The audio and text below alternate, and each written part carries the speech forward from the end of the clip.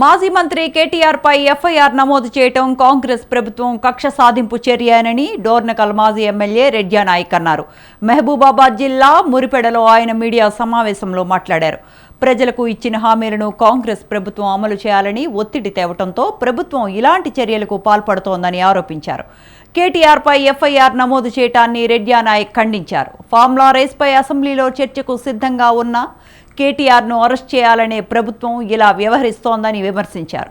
కాంగ్రెస్ ప్రభుత్వంపై ఇప్పటికే తీవ్ర వ్యతిరేకత వచ్చిందని రెడ్డి నాయక్ అన్నారు.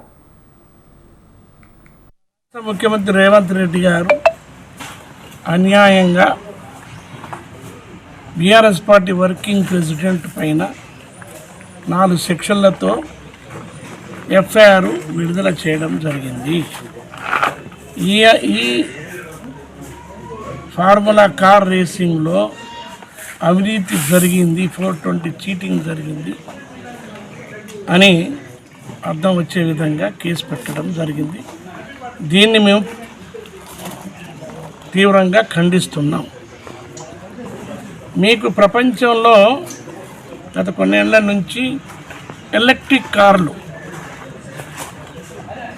ఎందుకంటే ఫ్యూయల్ అంటే ఇంధనం, ముఖ్యంగా పెట్రోలు, డీజిల్ అటువంటి రాను తరిగిపోతున్నాయి, భవిష్యత్తులో ఇబ్బంది జరుగుతుంది.